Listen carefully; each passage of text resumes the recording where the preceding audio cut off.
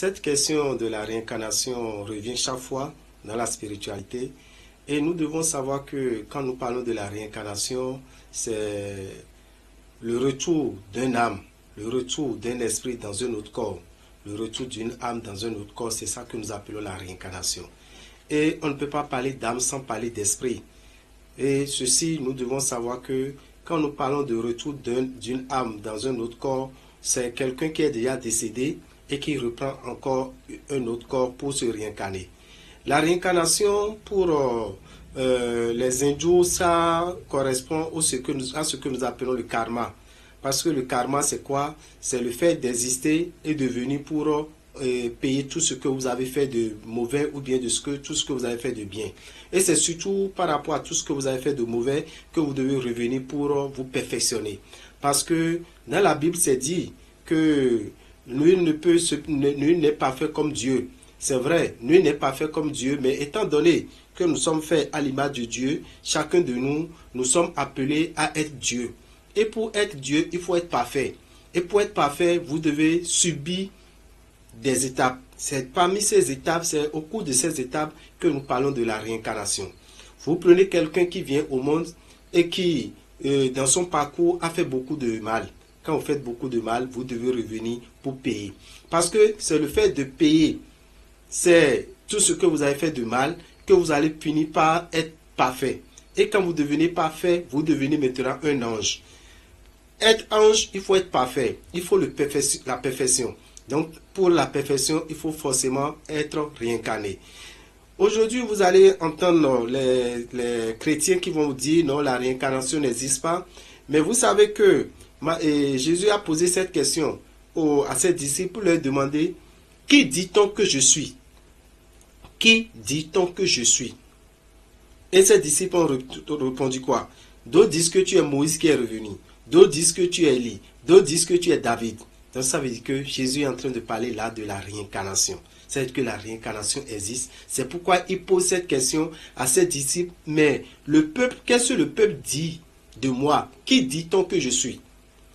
Ses disciples lui ont posé la question de savoir, mais on a dit que Élie devait revenir. Mais pourquoi Élie n'est pas revenu? Jésus a ri. C'est toujours dans Matthieu, Matthieu 17, vous allez voir. Jésus disait, Élie est venu, mais vous ne l'avez pas reconnu. Élie est venu, mais vous ne l'avez pas reconnu. Mais qui était Élie? Élie, c'est Jean-Baptiste. Qui était Jean-Baptiste? Jean-Baptiste est l'enfant de Zacharie et d'Élisabeth. Quand Élisabeth est tombée enceinte, l'ange est venu pour lui dire, l'enfant qui naîtra viendra avec l'esprit de Élie. On dit l'esprit de Élie, ça veut dire que chacun a son esprit. Ça veut dire que c'est Élie qui revient. L'esprit de Élie. Et effectivement, il est revenu. Donc c'est de lui que Jésus parlait. Mais pourquoi Élie est revenu? Parce que tout à l'heure j'ai dit, tout ce que vous avez fait de mal, vous allez revenir pour le payer. Tout se paie ici-bas. Tout se paie sur la terre. L'enfer n'existe nulle part ailleurs que sur la terre. Élie avait tué beaucoup de gens. Un temps, il était allé dans une ville et il a dit aux habitants de la ville qui adoraient une divinité qu'on appelle Baal, que leur divinité n'a aucune force par rapport à Dieu. Que si leur divinité a une force, qu'ils vont faire une démonstration. Qu'on va creuser un trou de près de 20 mètres, mettre des branchettes dedans, mettre des branches dedans, mettre un taureau là-dessus, verser de l'eau là-dessus et appeler maintenant l'esprit qui va descendre avec le feu pour détruire tout ça.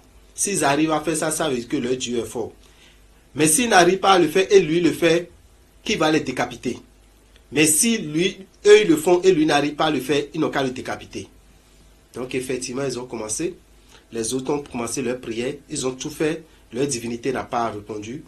Mais quand Élie a tendu la main vers le ciel, automatiquement, le feu est descendu.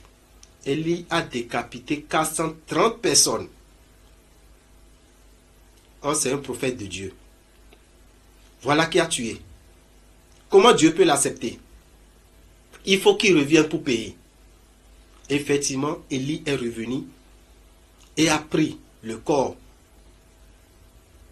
de Jean-Baptiste. Il est devenu Jean-Baptiste parce qu'on l'a nommé Jean-Baptiste. Mais qu'est-ce qui s'est passé? Qui tue pas épée périt par l'épée.